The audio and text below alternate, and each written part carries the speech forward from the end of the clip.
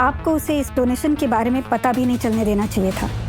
और मुझे तो डर लग रहा है कि टीम में कोई तमाशा ना हो जाए। देखिए डिम्पल, मैंने भी अपनी नायरा को इसके बारे में कुछ नहीं बताया, क्योंकि मुझे पता है कि अगर नायरा को इसके बारे में भनक भी लग गई ना तो वो शादी करने से इनकार कर देगी। और आपको तो पता ही आजकल के बच्चे कैसे होते हैं, रीति रिवाज से ज्यादा तो पक्के उनके वसूल होते हैं। इसलिए डिम्पल जी, आरंभी को रोकिए। अगर नायरा को जाकर उसने दहेज का जिक्र कर दिया ना तो बनी बनाई बात बिगड़ जाएगी। नहीं, तो आप बिल्कुल चिंता मत कीजिए प्लीज सिया जी। मैं जानती हूँ मुझे आरंभी को किस तरह से रोकना है। वैसे हमने भी राज को कुछ भी नहीं बताया है। अगर उसे पता चल गया इस लेन देन के बारे में तो बिथक जाएगा। मैं जानती हूँ आरंभी को किस तरह से रोकना है। मैं करूँगी, मैं रोकूंगी। ठीक है, आप चिंता मत करिए प्लीज। नायरा को देख लीजिए, आप फिक्र नहीं करिए। आरंभी वो तो गया, बहुत सुलझाया ना तुझे, नहीं समझ में आ रहा ना तुम्हें।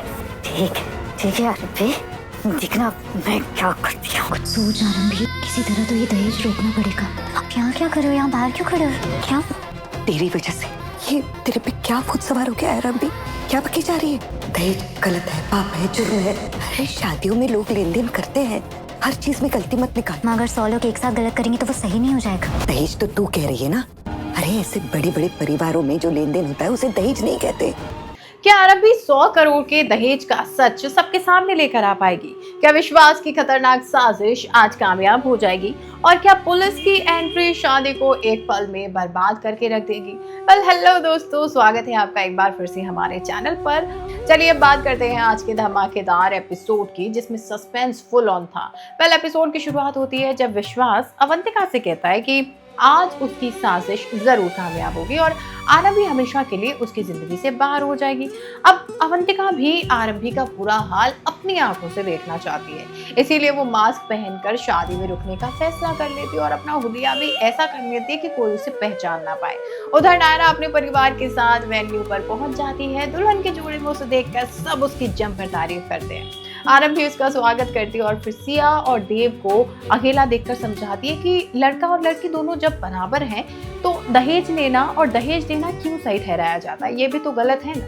लेकिन सिया मजबूरी का हवाला देते हुए कहती है कि अगर वो पैसे नहीं देगी तो हो सकता है कि उसकी बेटी के लिए आगे प्रॉब्लम हो जाए। और सिया और देव इससे प्यार से अपनी बेटी के लिए तोहफा बताते हैं, ना कि दहेज। लेकिन आरंभी किसी की बात मानने को तैयार ही नहीं होती। वो कहती है कि दहेज सिर्फ दहेज होता है, इसे तोहफे का नाम नहीं दिया जा सकता।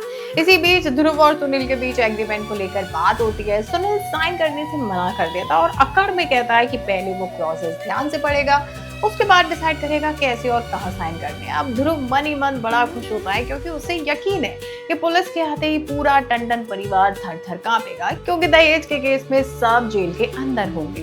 वही विश्वास जब आरंभी को दहेज के खिलाफ आवाज उठाते हुए देखता है तो उसका गुस्सा फूट पड़ता है। वो आरंभी को सबके सामने चुप रहने की वार्निंग दे देता है और कहता है कि अगर उसने शादी में कोई भी नया ड्रामा या हंगामा खड़ा करने की कोशिश की तो वो उसे कभी माफ नहीं करेगा। हालांकि आरंभी पीछे हटने को तैयार होती नहीं है। और तभी सबसे बड़ा ट्विस्ट आता है जब पुलिस नॉर्मल कपड़ों में मेहमान बनकर वेन्यू में एंट्री ले लेती है। उनका प्लान होता है कि जैसे ही दहेज की अदला बदली होगी, यानी पैसे टंडन फैमिली को दिए जाएंगे, वैसे उन्हें धर दबोच लिया जाएगा। अब सिक्योरिटी गार्ड को भी सख्त चेतावनी दे दी जाती है कि किसी को पुलिस के आने की कानो कान खबर नहीं लगनी चाहिए।